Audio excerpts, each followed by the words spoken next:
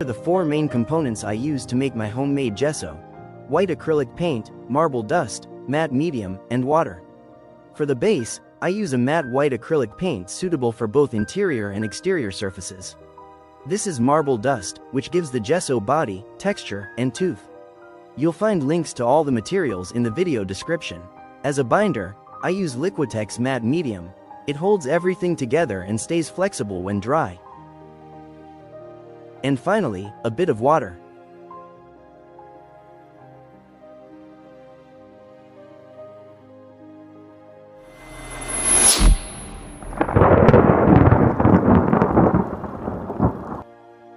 A glass of plain water, which will be used later to adjust the consistency. 1 cup of white acrylic paint, and a 1/4 cup of binder. In this case, the binder is Liquitex matte medium, chosen for its flexibility and durability once dry.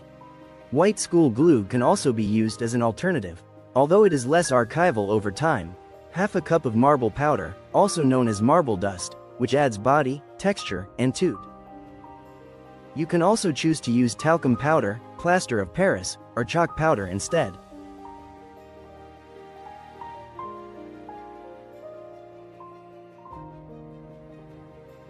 Now we begin mixing the binder with the paint.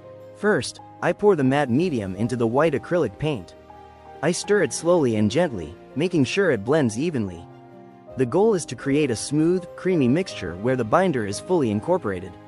As I mix, you can see the paint becoming richer and more velvety, ready for the next step.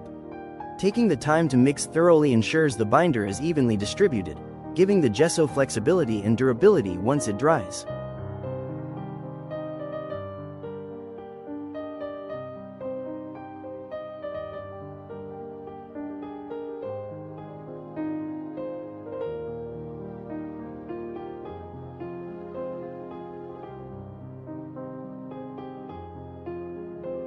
Next, I add a little bit of marble dust to the mixture. At this stage, it's very important to mix thoroughly to avoid any lumps. I stir carefully, making sure the powder blends completely with the paint and binder, creating a smooth, even texture. Once that portion is fully incorporated, I add another part of marble dust and mix again, taking my time to ensure the mixture is perfectly uniform and creamy.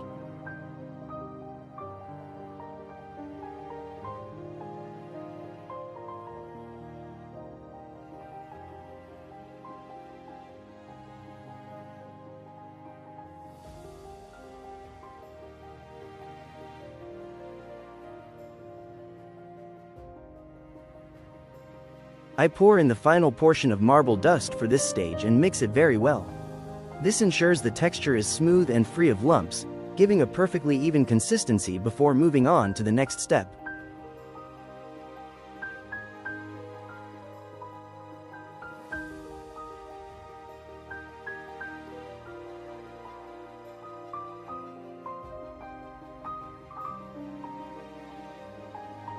To make the gesso more fluid, add a little water at a time. Pour it gradually and adjust as needed, so the texture stays smooth and creamy without becoming too runny.